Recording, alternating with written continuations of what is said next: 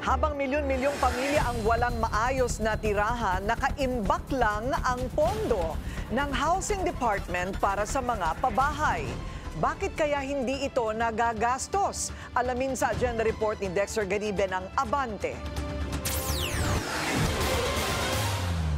Nasa huling quarter na ng taon, pero wala pang nababawas sa 683 million pesos na budget para sa 4PH o Pambansang Pabahay para sa Pilipino program ngayong 2025. Sa pagdinig ng Senado sa budget ng Department of Human Settlements and Urban Development o DSUD, aminado ang bagong kalihim na naging mabagal ang pagpapatayo ng vertical housing.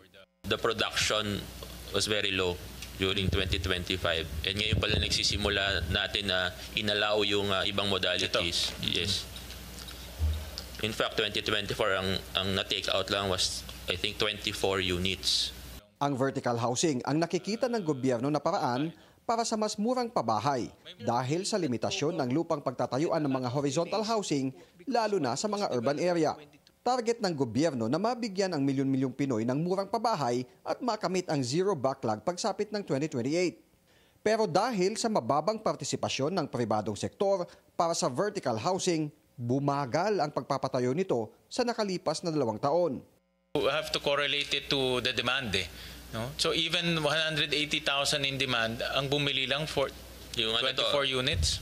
We're balancing. It's not only the demand. Yung profitability. Since private sector, yung production kasi gusto nila yung may certain profit sila na kinukuha. So hindi nag-match yung demand saka yung profitability na gusto ng private sector.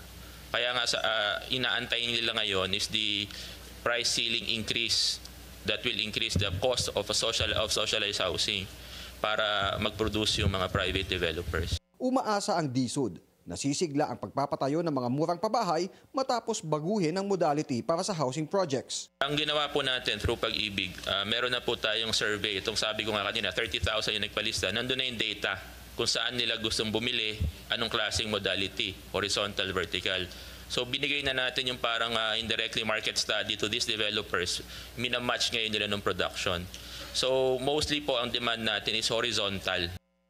Ang dinagastos ng DSUD na budget ay maaari pa namang magamit sa loob ng susunod na 2 taon. Para sa agenda, Dexter Ganibe, Abante. Manatiling nakatutok sa Bilyonaryo News Channel. Sumubaybay sa aming social media accounts at mag-subscribe sa aming YouTube channel para sa mga bago at eksklusibong balita.